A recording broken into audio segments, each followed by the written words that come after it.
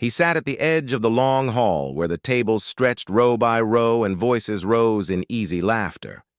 It was Veterans Day, a day that was supposed to belong to men like him, but no one seemed to notice. The younger families moved past him without a glance. Volunteers filled plates with steaming food, but not once did anyone stop to ask if he'd like another helping. A few chairs down, men in bright jackets raised their glasses, speaking too loudly, bragging about things they had never seen and never done. And him? He just sat quietly, a glass of water in front of him, untouched.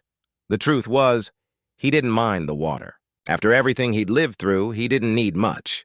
What he minded was being invisible. Once he had been 20 years old, lean, sharp, braver than he knew. Once there had been men at his side who called him brother. Once there had been a country that needed him. But that was a lifetime ago.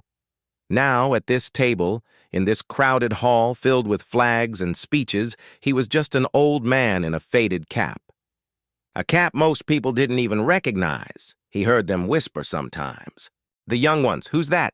Just some old-timer? A chuckle here, a shrug there. One man even smirked when he saw the old coat the veteran wore, threadbare at the elbows, buttons long replaced. But the veteran didn't defend himself. He didn't explain. He didn't remind anyone that his hands had once carried lives, that his eyes had once watched over a team, that his silence wasn't weakness. It was memory. Because that's what the world doesn't understand. Real warriors don't tell their stories at every table. They carry them quietly. They hold them in the lines etched across their faces, in the weight of their shoulders, in the way their gaze drifts far away when the noise of a room grows too loud. That day, sitting there with his untouched water, he was carrying more than anyone in the room could see. The names of men who never came home. The sound of waves against a steel hull in the dead of night. The echo of voices on radios that suddenly went silent. But no one asked. Instead, the room went on without him. Laughter, music, the scraping of chairs, forks against plates, and him, silent at the end of the row. If you'd seen him, you might have thought he was small, fragile, a man too far gone in years to matter. But that would have been a mistake, because under that quiet, under that silence, was steel. A kind of steel that doesn't rust. It's easy to forget that men like him once did the impossible, that they held the line when the line had to be held, that they kept secrets not out of pride, but out of duty.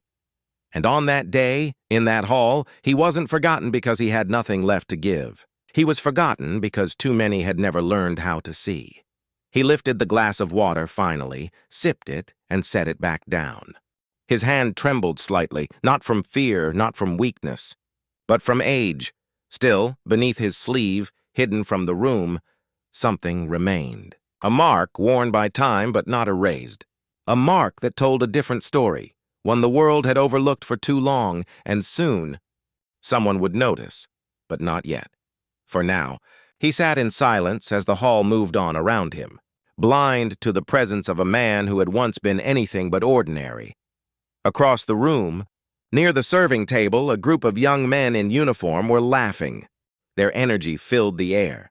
The sound of boots on tile, the sharp crack of jokes traded between brothers in arms. One of them stood a little taller, his shoulders squared, his presence undeniable. A Navy SEAL, young, sharp, carved by training and discipline, the kind of man others naturally followed.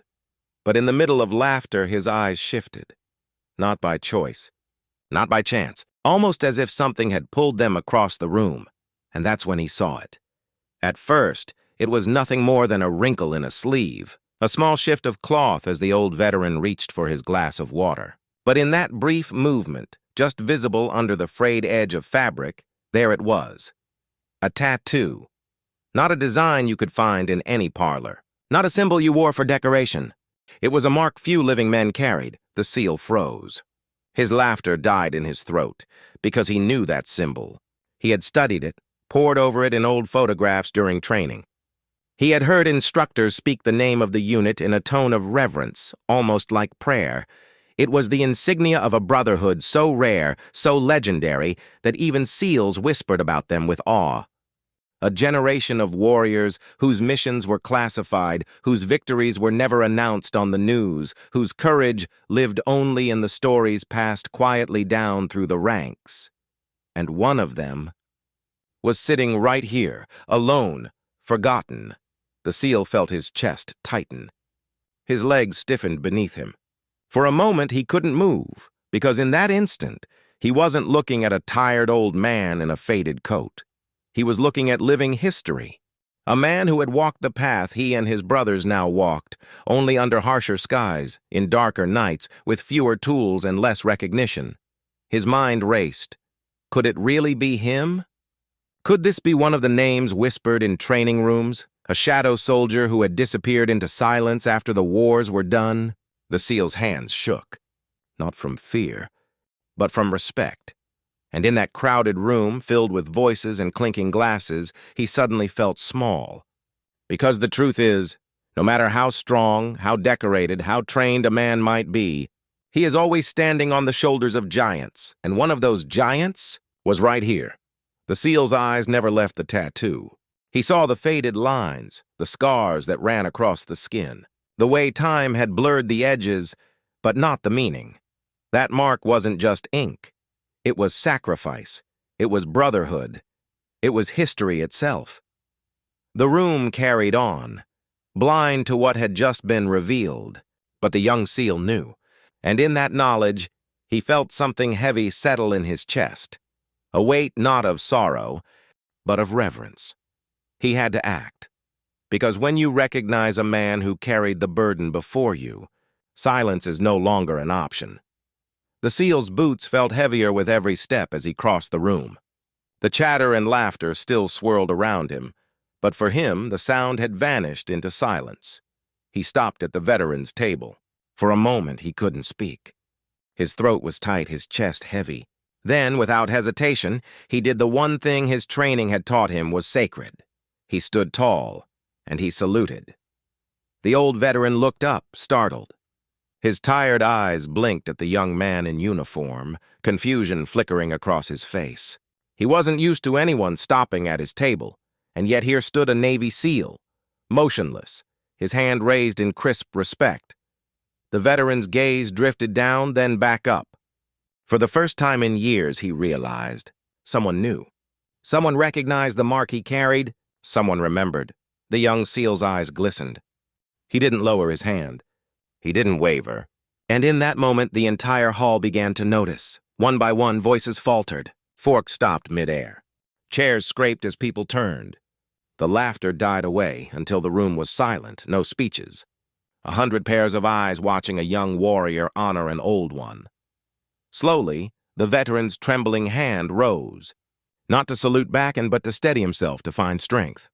And when he did, he gave the SEAL a nod, small, almost invisible, but heavy with meaning. It was enough. The SEAL finally lowered his hand, and then something remarkable happened. The men and women in the room, civilians, soldiers, young, old, began to rise. First a few, then more, until the entire hall was standing. No one laughed now. No one whispered. No one mocked. They stood in silence, their respect filling the space that had once been empty.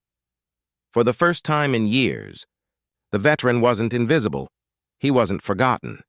He was seen, not as an old man with a faded coat, not as someone sitting alone at a forgotten table, but as what he had always been, a brother, a protector, a man who had given more than most could ever imagine.